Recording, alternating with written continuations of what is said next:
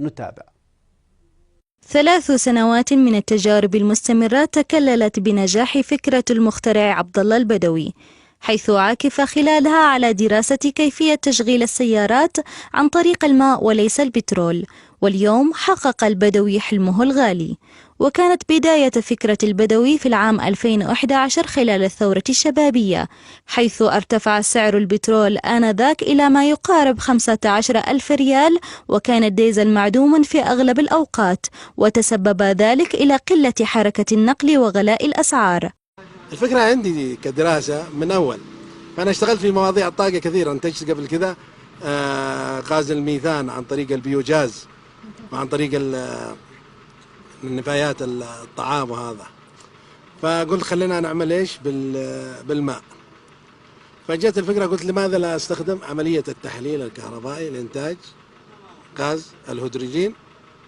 قام البدوي الذي يعمل طبيب أعشاب والباحث في علم الكيمياء والفيزياء بالبحث عن كيفية استخدام غاز الهيدروجين في تشغيل السيارة، وحاول البدوي كثيرا إتمام هذه التجربة والتي تكللت أخيرا بالنجاح. عملت جهاز يقوم بفصل ذرات الهيدروجين والأكسجين، يعني زي الماء يتكون من ذرتين هيدروجين وذرة أكسجين، فالجهاز هذا يقوم بفصلها، بفصل ذرات الهيدروجين والأكسجين، وموصل طبعا بخزان، والنظام كله شغال على كمبيوتر. عندنا كمبيوتر هنا، كمبيوتر خارجي يقوم تنظيم عملية الطاقة اللي محتاجها الجهاز لتوفير غاز الهيدروجين والحفاظ على البطارية، لأنه من غير الجهاز هذا البطارية حتستهلك سريع جدا في خلال ساعتين.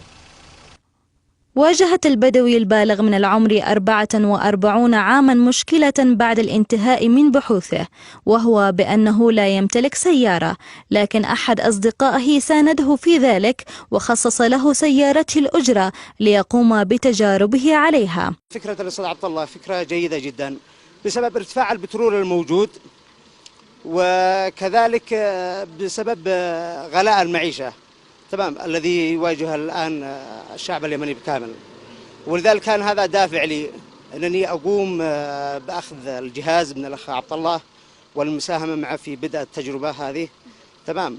وحقيقة كانت فكرة ناجحة، وأكبر دليل على ذلك التجربة. ويأمل البدوي أن يجد الدعم وأن يحظى ببراءة الاختراع لعمله ليقوم بتطويرها وتصبح في متناول الناس. طبعا لما أنا أشتغل على خلية واحدة وفي مخارط وهذا تكون تكلفة القطعة غالية شوية، فلو نحن وجدنا ناس داعمين للمشروع ونعمل خط إنتاج لإنتاج الخلايا هذه، خلايا الهيدروجين، فحتكون تكلفة بسيطة للمستهلك. طبعا النظام هذا مش للسيارة بس، حيشغل حتى سيارات الديزل، مولدات الكهرباء، شغل أي حاجة محتاجة سواء لبترول ولا هيدروجين، حتى سيارات نفس السيارات اللي تشتغل على الغاز ممكن يوصل لها النظام هذا، تشتغل غاز هيدروجين وغاز ميثان.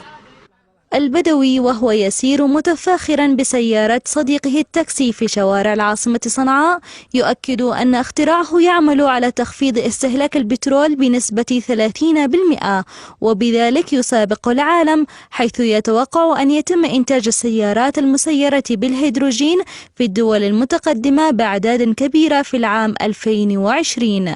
لأضواء سهيل، سمر قائد.